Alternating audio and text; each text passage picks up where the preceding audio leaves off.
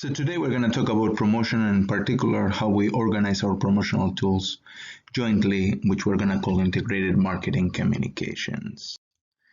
So let's start by talking about what set of tools do we have to communicate with customers and other publics in general.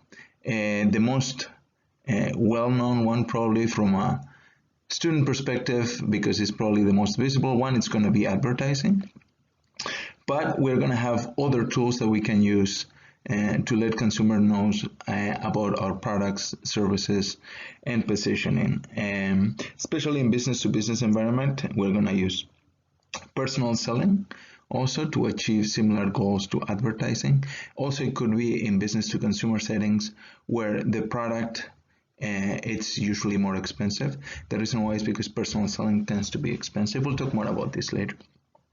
But there are other tools as well. We also have sales promotion, and this is another subset of tools that is going to enable us to provide incentives usually to both consumers and the trade, meaning part of our channels of distribution, so they will actually make the product more appealing to the final consumer. So when we're talking about communication, we're also talking about incentives. And we also have public relations, which in many ways is similar to advertising, but it's a non-paid form of communication that comes from the firm about what the company stands for or what the brands are all about. And finally, the tool that has become very prevalent, especially in the last 10 years, is direct marketing tools, especially the online aspect. Now, direct marketing, traditionally, it was mostly associated with either TV, telephone, or catalogs. But nowadays, if you talk about direct marketing, the number one thing you need to talk about is online channels and social media, right? Which are basically conversations that you have directly with the consumer. So all these tools is what we're going to be discussing in the next two presentations starting today. Okay. Now, for us to understand a little bit better what's happening when it comes down to communications with the customers, we need to understand two aspects. One is we need to understand what is happening with consumers, and two, we're going to talk also a little bit about how communication actually happens in a generic fashion, so we can understand better how these tools actually interact and which ones we should use when. So first, let's start talking about how the consumers have changed over the last few years, probably the last decade or decade and a half. Mostly consumers have changed because technology and media has changed, right? So what has happened over the last few years is that media is very fragmented, right? We've moved from, if you go back 40 or 50 years ago, where there were only a few channels of communication, right? So there was radio, and there are a few radio stations, but then you had TV, which was only a few channels. The number of channels has grown dramatically in TV over the last 30 years. So now if you have a decent TV package, you probably have about 300 different channels. But that pales in comparison with the amount of media fragmentation that you have because of social media, right? So if you go to YouTube right now, how many thousands and thousands of channels are available for you? Right? So technology is changing, what's available to consumers is changing, and consumers have changed their media consumption habits, right? So it used to be that TV was the primary consumption of media for a large portion of the population. Now a lot of the time has shifted to social media and smartphones. So what used to be before the average person was spending over 6 hours watching TV a day, which is shocking, but that means somebody's spending a lot of time watching all the TV that I wasn't watching, right? Now has shifted to a lot of time online and smartphones, right? And with that change in consumption of media habits from consumers, the marketing associated with it has also shifted. So a lot of the companies have moved a large portion of their communication budget to online channels, okay? And that's just a reflection of the fact that the habits and preferences of consumers are changing, right? So we're going to talk a little bit more about this, but I want you to be aware that if we will be having to talk about this class 20 years ago, the conversation will be very different because this shift has happened over the last 20 years for the most part, probably over the last 10, even more significantly. Okay, so associated with this change in preferences and this prevalence of social media, we have this idea of content marketing, which has really changed the game in many ways, because now the idea is try to create communications with customers that they are actually interested in, as opposed to just a message that aligns with what our positioning on for the brand is and what is the objectives that we're trying to come up with, right? So the idea now has moved from, telling a story the way we want it, when we want it, how we want it, which is what traditional media was, like TV ads. You pay for them, you decide on the channel, you decide on the story, and it's essentially a one-way communication street. We'll talk about this when I talk about the communication model. Okay, to now having conversations with customers, right? Because now customers have their own voice, right? Because now they actually have their own channel, right? So for you to have a social media presence, you don't need to be a large corporation, right? So there's been a big shift towards content where you actually need to tell stories that are meaningful and worthwhile and things that actually customers want to listen to and hear about. And basically, given that you have all these different tools to communicate with the customer, what you're going to have to do, and this is an important aspect, is you're going to have to make sure that the story that you convey across all the different tools that you use to communicate and have contact with the customer is going to be cohesive and essentially aligned. So what that means is, from a strategy standpoint, you're going to pick what your target market is and what the positioning that you're trying to convey to that target market. And that positioning statement needs to be consistently delivered across all media channels that you use and all points of contact with the final consumer. So it's absolutely essential that the message stays on point. It could actually have different variations on the same thing, because people get bored and tired of it. We'll discuss maybe a little bit about that later. But at the end of the day, it is essential that the positioning story comes through and clear in all contacts with the customers, using all the different tools that we have at our disposal. Now, how are we going to go about designing this communication strategy? Well, I'm going to walk you through the process. Right? In reality, you really start with the strategy aspects of segmentation, targeting, and positioning that I've already alluded to, right? So you need to have a target market and you need to have a positioning. But having chosen those two, now what you're going to do is you're going to define or identify what your target audience is, which obviously should be at least a subset of your target market, maybe exactly your target market. It really depends what kind of campaign objectives you actually have in mind, right? So you start with choosing the audience. This is going to be a function of your target market and what their consumption of media habits are, right? So you might actually find that part of your target market uses certain media and another part uses a different one. So you might actually have to identify a subset of that target market and define it as a target audience, right? And then you're going to run from there. So you might have to have different target audiences that you are actually interested in reaching with your communication strategy. So we're going to start from there. And after we have chosen our target audience, what you're going to have to do is pick the objectives.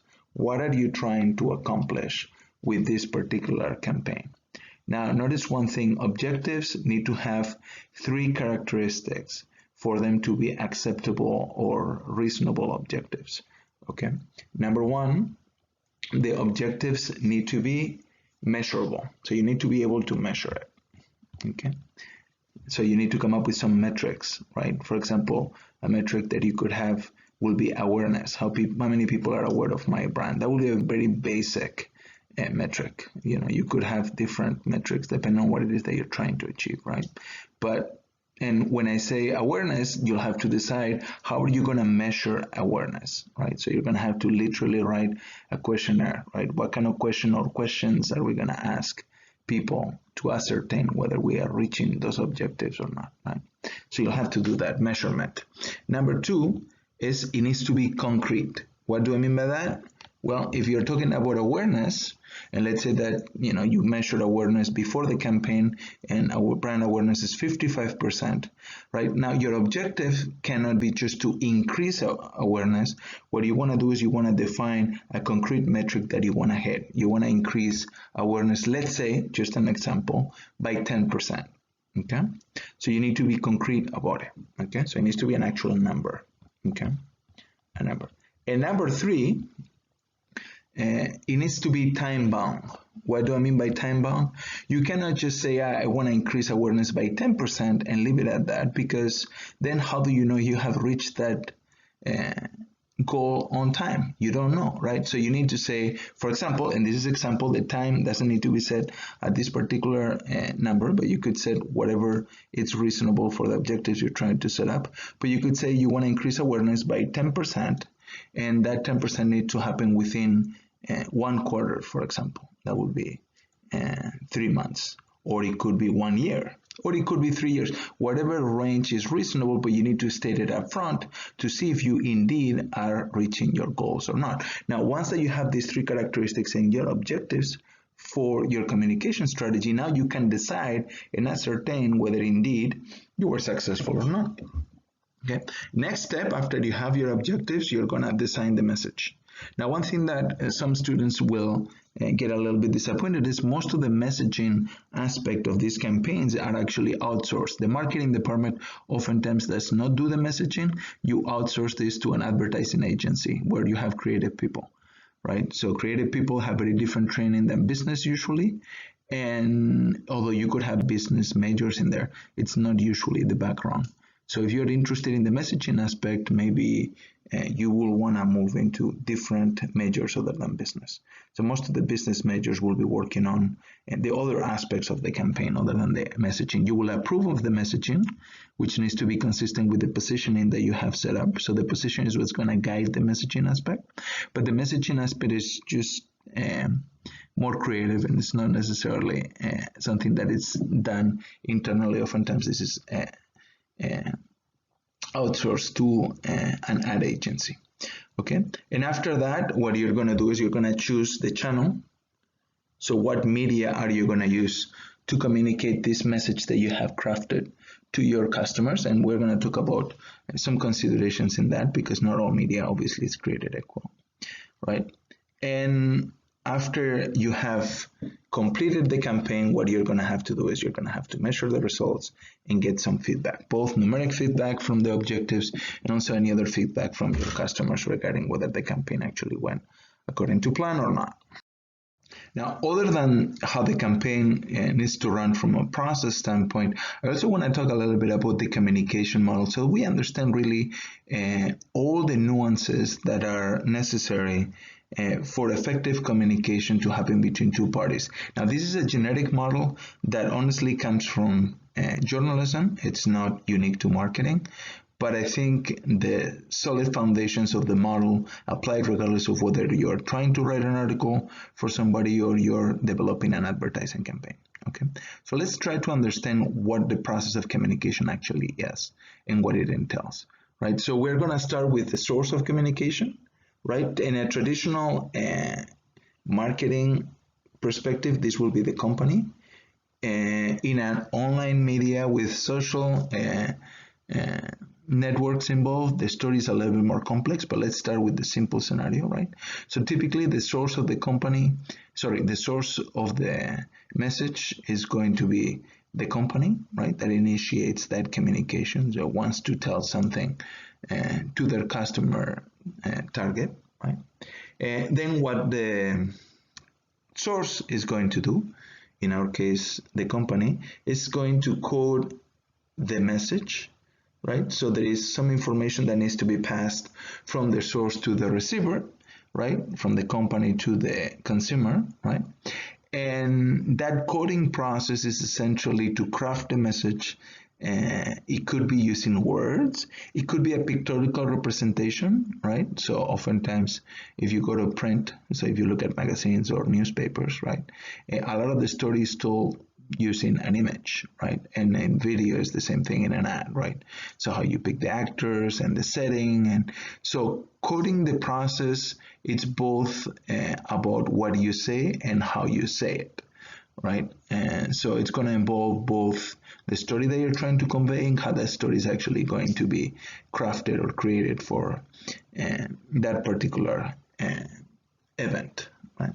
Then after you have crafted that message, you have coded it in a way that it's possible to be delivered through this particular channel of communication, you're going to pick the medium of transmission, right? And that's going to be a magazine if you're decided to go with print. And of course, not just a magazine, it's going to be a concrete magazine that you're interested in. So let's say, for example, I don't know, car and driver, right? So if you are a company that manufactures, for example, synthetic oil, right, for a car, right? Maybe you want to place your ad in a magazine that will actually be read mostly by car enthusiasts, whatever that target segment is. And I'm sure you have a thick profile on what exactly that means, right? So maybe car and driver is the way to go there, right? Or it could be, any other traditional media or non-traditional channels, like, for example, social media. You can use Facebook, right, to blast an ad, for example. Okay, and then what's going to happen on the receiving end by the consumer is that they need to get that message, right? And now what they need to do is they need to decode the message, right? So decoding means interpreting the message. What does that page ad means with a bottle of synthetic oil and, maybe a sentence like, I don't know, the best oil the money can get or something, right? So you need to interpret, what does that mean for me, right? What is that message that the company is trying to convey mean in my life, given what my dispositions and preferences are, and how it is that I'm understanding this message that I'm being sold. Now notice this is important because there is going to be noise in the channel, right? There is noise. So because of that, the message that arrives to the receiver and the one that was intended by the source might actually be different, right? And this you can see, a lot of people, when they see an ad, they only half paying attention. They might not even, notice it oftentimes. So there is a lot of noise, and there could be some discrepancies between the message that is intended and the one that is actually decoded by the receiver. And then finally, that receiver, after they have decoded the message, they may or may not provide some feedback to the source. Right? So in a traditional sense, if you wanted to give feedback to a company, given that this is mostly a one-way model of communication from the source to the receiver, that feedback will come usually through other channels. So you might have a 1-800 number. You can call the company to just ask questions or complain or get some more service or whatever else is necessary. Now notice, in an online setting, this model has shifted, and now you go from having a source to a receiver to both being the source and the receiver at the same time. And it's a lot more balance of a communication process. So it's not a one-to-many, which is the traditional model where the company advertises and it's just blasting the message to everybody. There is a lot more two-way communication where it's conversations that you're having with the customers, and the customers have a voice as well. So this feedback loop here has become a lot stronger in the last 10 years. And a lot of the ways we actually communicate with customers have changed because of it. So understanding how this process of communication actually happens and what are the elements involved in it is actually useful for us to understand how there's been a big shift given that technology has changed in the habits of of consumers have moved with those technology changes as well. Now, here you can see the same model essentially with a few examples. You can just walk through them. I've already walked you through each of the different steps, right? And I've broken this down not only by example, but also using the different types of promotional tools, at least 3 of them. So you have personal selling, you have a coupon, which will be sales promotion, and you have an ad. We've already talked about the ad. You can see the other 2 examples here with the personal selling situation and the coupon. Now, the difficulty in this communication process is that not always the message that we intend to deliver to the customer is the one that actually makes through the channel. And this is particularly apparent when you move to international markets. So one thing that happens oftentimes is that a slogan that makes a lot of sense in one language, when it's translated into another language, it's literally butchered, or there are some slang or cultural implications that go beyond the understanding of a non-native speaker, and because of that, oftentimes the translations of communication media, let's just say they bomb, right? So here you have a couple of examples of slogans that were translated really poorly into other languages. So here, for example, we have Pepsi, right? So this is a multi-billion-dollar company, very professional. They know what they are doing, but they have instances where going internationally, they've had to basically fix their advertising because the way it was translated was really poor. So the original slogan was "Come Alive with the Pepsi Generation," right? Which there is nothing wrong with that particular slogan. But when it was translated for an Asian market, what they actually translated read a lot more like this: Pepsi will bring your ancestors back from the dead, right? So this is not something that you want to do in many ways, not only because it doesn't convey the story that you're interested in, because it will absolutely upset people. So you need to understand that a lot of this message translation is problematic. In fact, best practices when it comes down to doing any of the communication aspects of marketing internationally is to have obviously native speakers involved, and there is a tool to prevent a lot of these problems called double translation, where what you will do is you will translate it first to the language of interest. So in this case, it will be Mandarin, right? And then after you've done that, what you will do is you will have a native speaker translated from Mandarin to English and see what comes out. And you will pick up these problems right away. So this is, in a way, something that is definitely avoidable.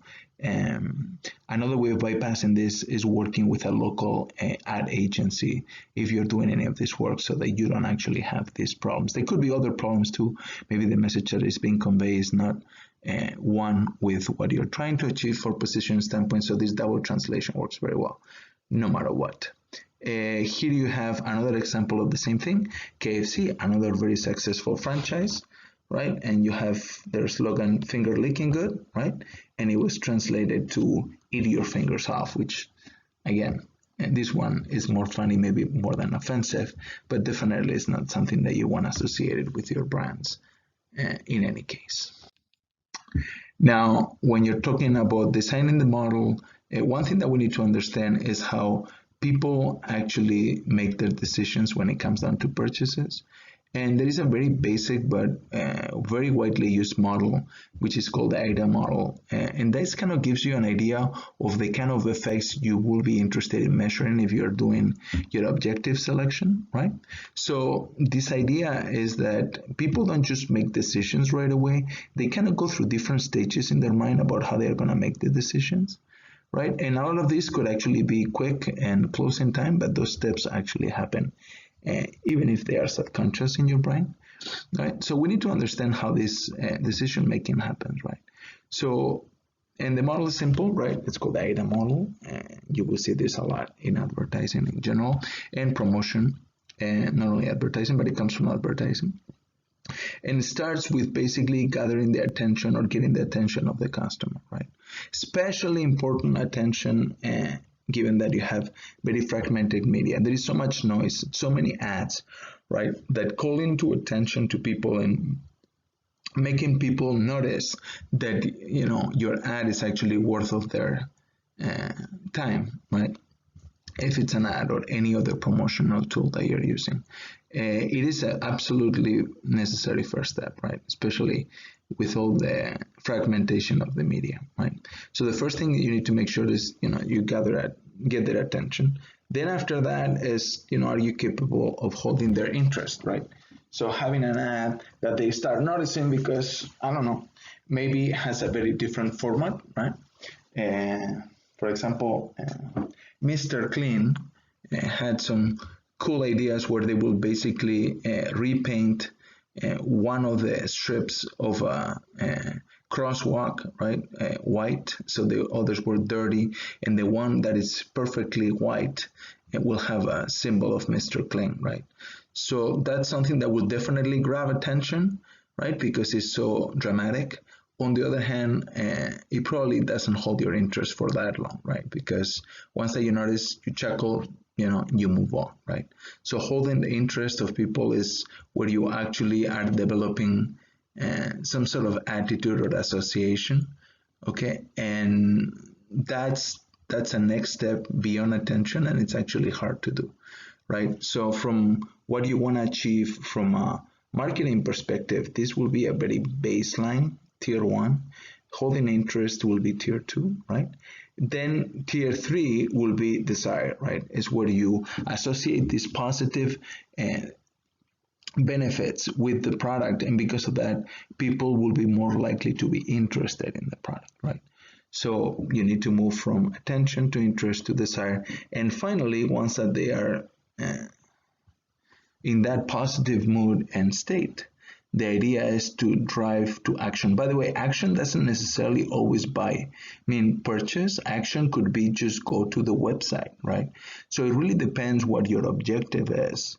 And the way you're going to measure how people move through these different stages and whether you're being successful and moving people from attention to interest to desire to action, it's going to depend on really what you're trying to achieve with your promotional campaign. Now, when it comes down to creating the message, you're going to have different possibilities, right? So there is going to be at least 3 very different appeals that you can use for your messaging. Okay. First one is rational, right? So this will be associated with things like functionality of the product, right? It gets the job done better, right? And you will provide some specs or some objective evidence that it does indeed do that, right? So if you're selling a vacuum cleaner, you can provide evidence about the power of the vacuum cleaner motor as evidence that it's going to do a better job at cleaning your carpet, for example, right? So that would be rational appeal. It doesn't have to be only functionality, it could also be economic appeal, right? So very obvious, for example, is the cheapest vacuum cleaner within this range of products in the marketplace, right? That would be rational appeal. Emotional appeal is when you're sending a message that it's basically driving to our more naturalistic impulses, right? So it could be both positive or negative emotions that you're trying to elicit, right? So for example, a negative emotion could be fear appeal, right? Where you basically try to tell people, look, right now, right? You should wear the mask, you know, when you go into a store, because if you don't, this is what can happen to you, right? So while some people will tell you that it's a rational appeal, it's really trying to play with your emotional reactions, right? In this case, it will be fear, right? You could see this, for example, in the campaigns that have been done in many countries with tobacco, where they will post, like in Spain, I know for sure, in other countries as well, where you'll have pictures of, you know, I don't know, for example, lungs of people that have been smoking for many years, and they show you how basically the consequences are, right? So it's not that it's irrational, but it's definitely trying to create a gut response right away. This could be positive as well. It doesn't have to be negative per se, right? And then the last one, it's moral appeal, right? And this is basically not just rational or emotional, but this is trying to appeal to the sense of what people think is the right thing to do, right? This is a lot of the appeals that are used for things like, eco-friendly products, for example, right? It's the right thing to do for the environment, right? So you should use phosphate-free dishwasher soap because otherwise the fish in the rivers and lakes and eventually the sea are going to suffer otherwise, right? It's the right thing to do, right? So it's not about rationality because these products usually clean worse than the ones that don't have this, right? And it's just trying to appeal to the moral sense that we all have, that do the right thing instead of just what's best for me. Now, what's going to happen as you go through the product life cycle, that's what PLC stands for, by the way, is that as the product category becomes more mature, the kind of appeal that you're going to use and the benefits that you're going to try to be obtaining from this messaging is going to change, right? So early on in the introductory aspects, what's going to happen is information is king, right? So because it's a new product in the marketplace, and by new product, I don't mean a new version of a product that it's already there. I'm talking about when a new product is launched and people don't know what it is, like 5G, for example, right? It's a new standard for wireless transmissions, right? What is it all about? What are the benefits? What are the limitations, etc., right? So the informative aspects of advertising or any other means of communication that you're going to use for conveying the benefits of your product, that's going to be absolutely essential, okay?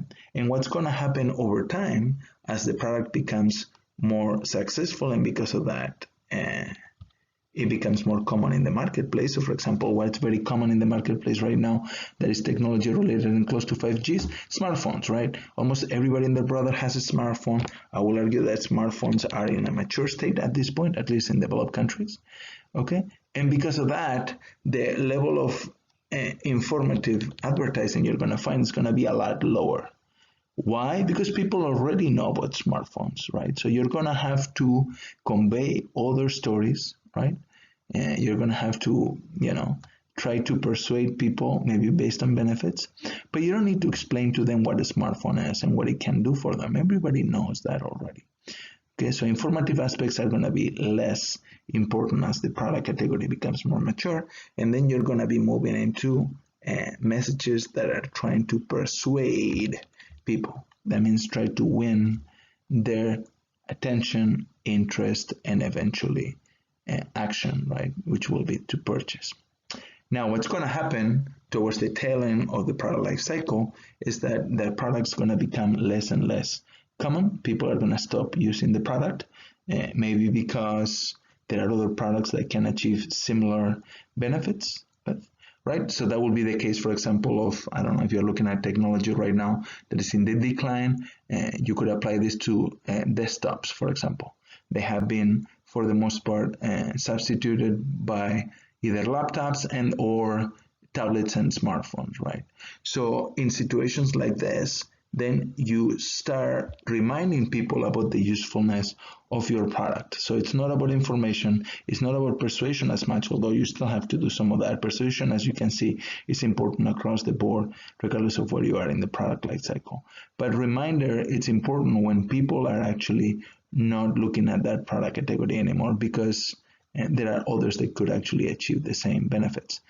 For example, if you're doing a lot of video editing, right, doing that in a tablet or even a laptop might be problematic. So just reminding customers that, there are other tools that they can actually use to achieve the same task more efficiently might actually be the way to go.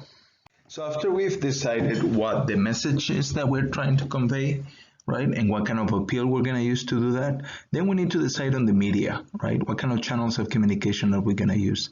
And you need to understand that there are two very broadly different types of channels. One is personal communication, right?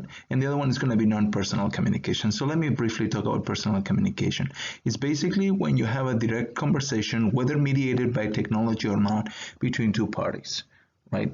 So you're going to have either face-to-face, that would be just when you're talking to somebody else, right? Like if you go to a store and there is a salesperson in there that actually helps you with the product, that will be a face-to-face personal communication situation. It could be the same situation but on the phone, right? So if you call Verizon because you want to start a new phone line with them, right, for example, and you're conducting this conversation with a customer service representative on the phone, right, that will be personal communication, right? It could also be by mail or email, right? So when you get an email from a company that it's, for example, asking or letting you know, for example, about a new product introduction, right? Or it could use other means of communication online, such as texting on the phone, where you get, solicitation from a salesperson, for example, for health insurance, right?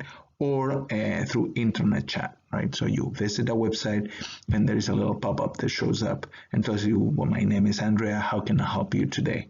Or something like that, right? And you can have a conversation. Now, personal communication, it's very useful in many ways, but it has some downsides as well, right? The upside of personal communication is that you can address difficulties and problems by customers very well. You can tailor the information exactly to what the customer is requesting. Of course, the big downside of personal communication is that it is very expensive to maintain, right? So having salespeople, having people at the ready that are going to address your questions is something that it's expensive, especially in a country like the US where salaries are high. And you will see a trend that a lot of companies are moving some other customer service branches and operations to other countries to try to minimize this downside, because personal communication has a lot of upside in the sense that it's very, very effective, right? So you're going to have to trade off between those two, and the nature of the product and the complexity of the product is going to play an important role in deciding whether personal communication is going to be an important part of your promotional strategy or not. And with interest in the media, one thing to notice that it's important, especially has become prevalent right now, is this figure of the opinion leader, right?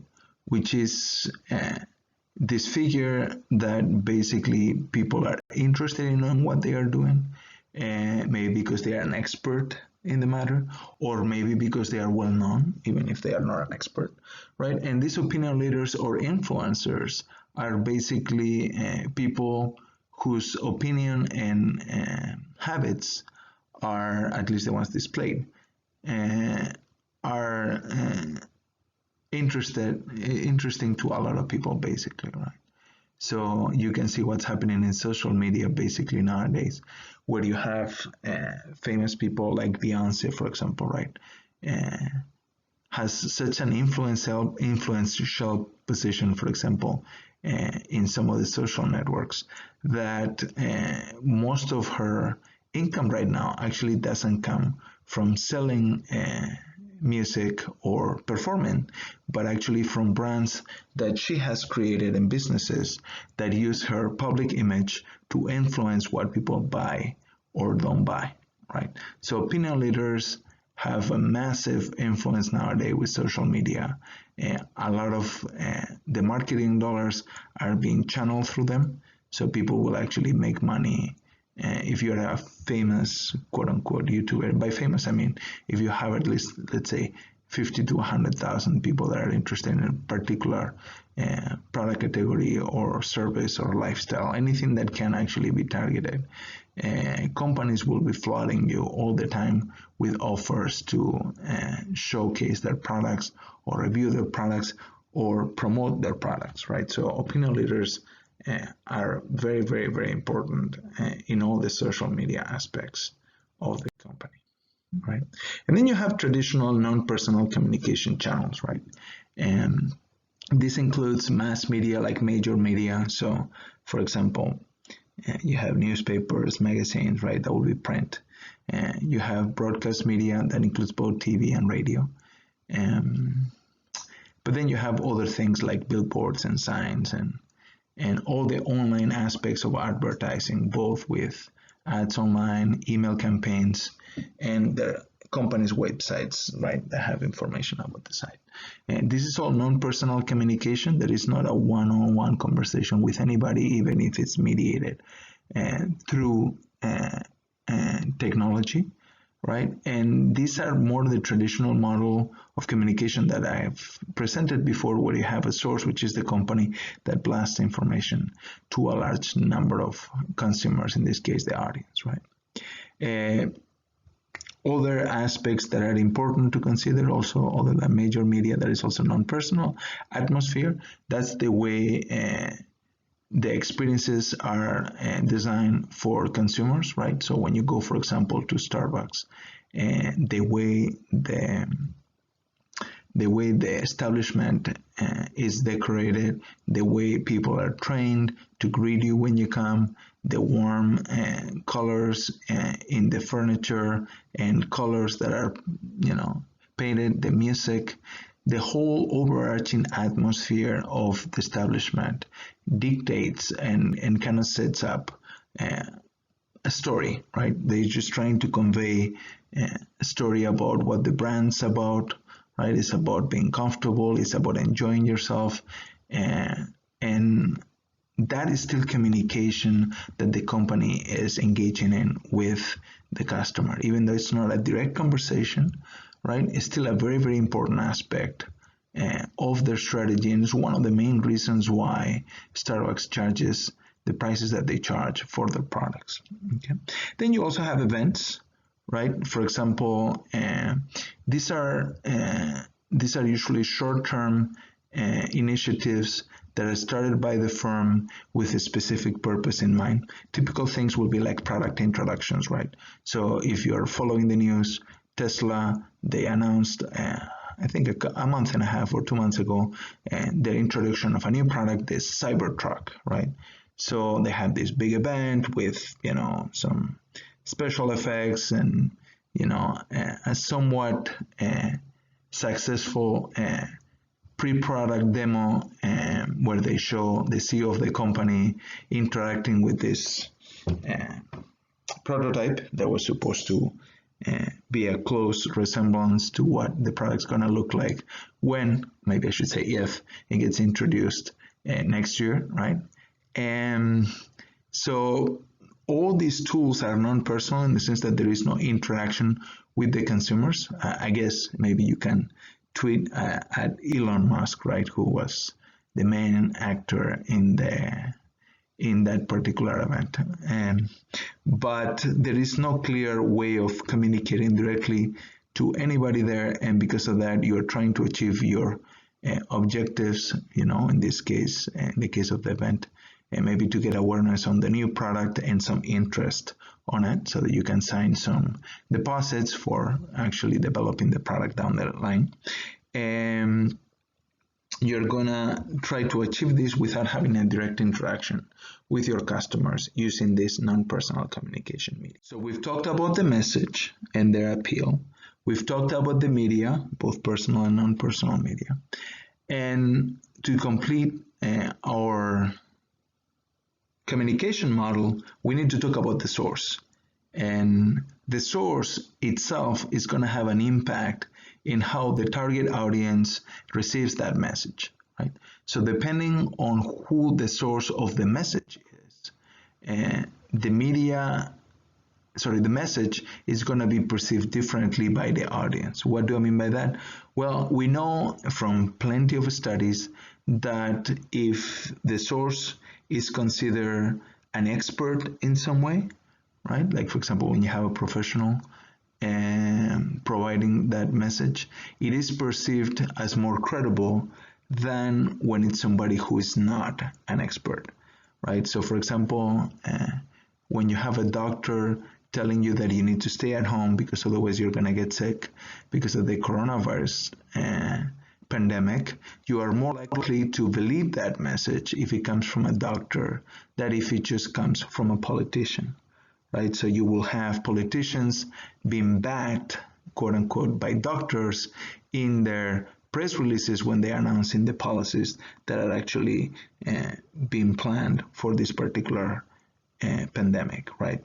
So when you're trying to convey a message and you're trying to people believe what it is that you're saying, who actually delivers that message matters. It's not just about the message, it's also about the source, right? And the same thing happens with people that you know and that you quote unquote admire or like, right? If the message comes from somebody that you like, you know, for example, a celebrity that you particularly care for, right? Like an athlete, let's say that you like, geez, I don't know, LeBron James, right? I don't know if it's controversial or not, right? Because he's moved to a few teams, so I think he's in LA right now. Sorry, not a big sports fan anymore. I used to be when I was younger. But when an athlete tells you a story about, I don't know, success or about a business or about a product, right? Like a particular basketball shoe, right? Now, suddenly it's a lot more credible because A, is a celebrity, so just because you know them, it's more credible, and also because you might like them, it's more credible, but also because in that particular case of LeBron James, he's a professional basketball player, so he must know about basketball shoes, right? So the source impacts how that message is actually received by the audience. Now, we have talked about the whole process and the different aspects on it. But of course, from a business perspective, one of the key issues that you're going to have to decide, other than, you know, what is going to be said, what media you're going to use, and how you're going to go about it, what's going to be the source. It's important for us to realize that you need to decide how much you're going to spend on this, right? Because all these means of communication that we are talking about, regardless of which one of the tools it is, they cost money. Right? So what you're going to have to do is decide on a budget. And there are different ways to actually set up budgets, but I'm going to describe the most commonly used ones by firms. First is the affordable method, right? Which essentially says, hey, this is how much money we can spend on promotion. So that's what we're going to spend, right? So you look at your numbers, you know, sales from last year and how much money you have available and how things are going maybe this year. And based on that, you're going to make a call on what's fiscally responsible, right? Financially, not fiscally, financially responsible, right? So this is essentially has no impact how effective your communication strategy is. I'm just going to spend what I'm going to spend because it's what I can spend, right? It's definitely not an ideal metric in my experience, but it's commonly done, especially in small firms. Okay, the next most common, if not the most common, strategy used to determine the budget for a promotion spending, it's done by looking at your sales. So you're gonna basically set up what your sales were last year, and based on those sales, or last quarter, regardless of whether you're looking at quarterly or yearly, it doesn't matter, right? And based on that, you're gonna decide on a percentage of those sales that are gonna be destined to promotion. And that could be 10%, it could be 5%, it could be 20%. Depends on the industry, depends how competitive it is. But essentially what you're gonna do is you're going to set up your budget as a function of what your sales were last term, whether it's a year or any other time frame. Again, with no regard for effectiveness, and this is simple, it's crystal clear, and because of that, a lot of companies use it because it doesn't require a lot of thinking other than the percentage, which, you know, once that you picked it from last year, now you can keep using it across the board. But it lacks any meaningful basis for the decision-making process, other than assuming that a proportion of the sales will be reasonable, because, you know, it will give us an idea of growing our promotion as our brand or company grows.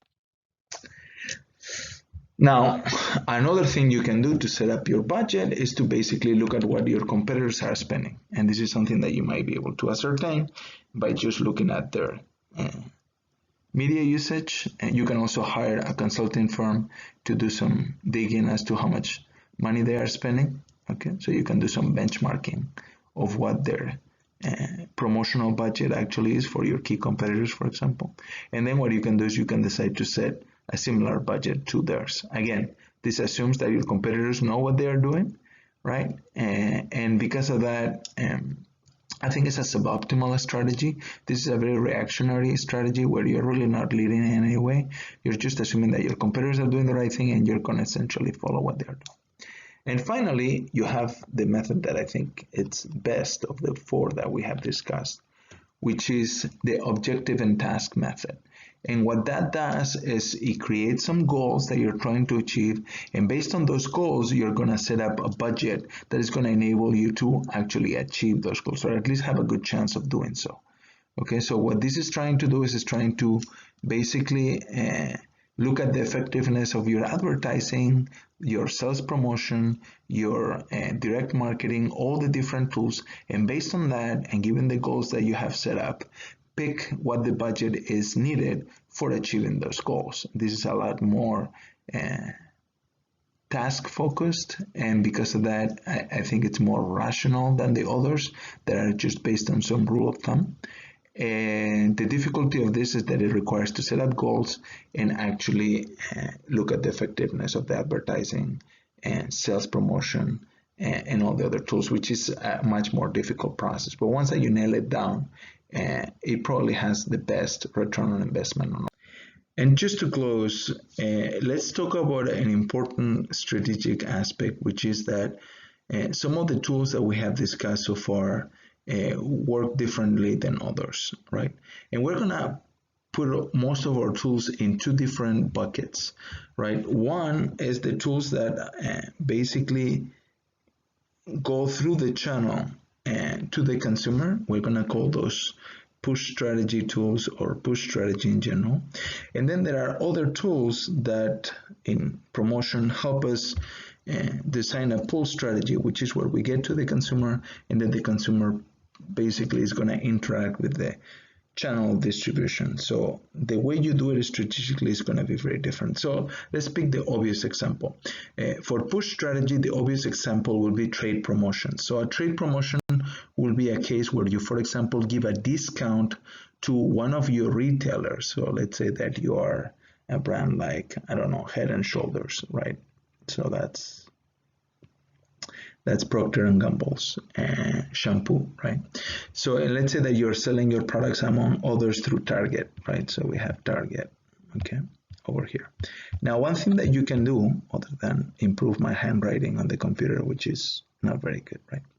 But you get the point. So this is Target, right? So what you can do is you can provide a discount to Target if you are Head and Shoulders, right? If you're P&G. That for every box, for example, of shampoo that they buy, you will give them half a box free, right? That will be a 50% discount on additional bottles that they buy. And that gives an incentive for Target to put your product in a more prominent place, maybe have a display or something, because they are going to have a bigger return on the sales of your product than they will on other products because you're giving them a sizable discount, right? This is a type of trade promotion. So because of that, what they're going to do is they're going to try to push that product on the consumer by doing things that are in their hands, like in the case of a retailer, maybe the way the products display, how it's displayed, whether it's at eye level or at the bottom. Right? So they're going to do what it's in their hand to try to improve the chances that a consumer will buy that particular product because it's in their best interest, right? A very different strategy to that will be to do a direct-to-consumer advertising, where you tell consumers all the benefits of using Head and Shoulders, right? And then the idea there is the consumer will go to the store, to the retailer, like maybe to Target, and try to see if they can get the product. And if the product's not at the store, they might ask the manager to actually bring the product because they've seen it in a commercial, they are interested, and they don't understand why that product is not available at that store, right? So this idea is called pull strategy because you get directly to the consumer, and then the consumer pulls the chain of the channel to get finally that product from the producer, right? And these two strategies are very, very different in the way they work. And I want to emphasize that not only they are different in the way they work, but that typically this first strategy is a short-term strategy, right?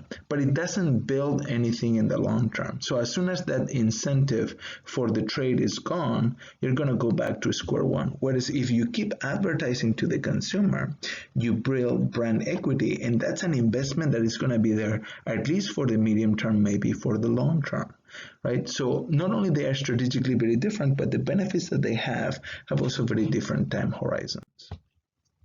Now, the last thing that I want to mention is what we already said in the beginning, which, given that you have so many tools, one of the things that is most important is that you convey a consistent message and story across all the different elements that are part of your promotional mix.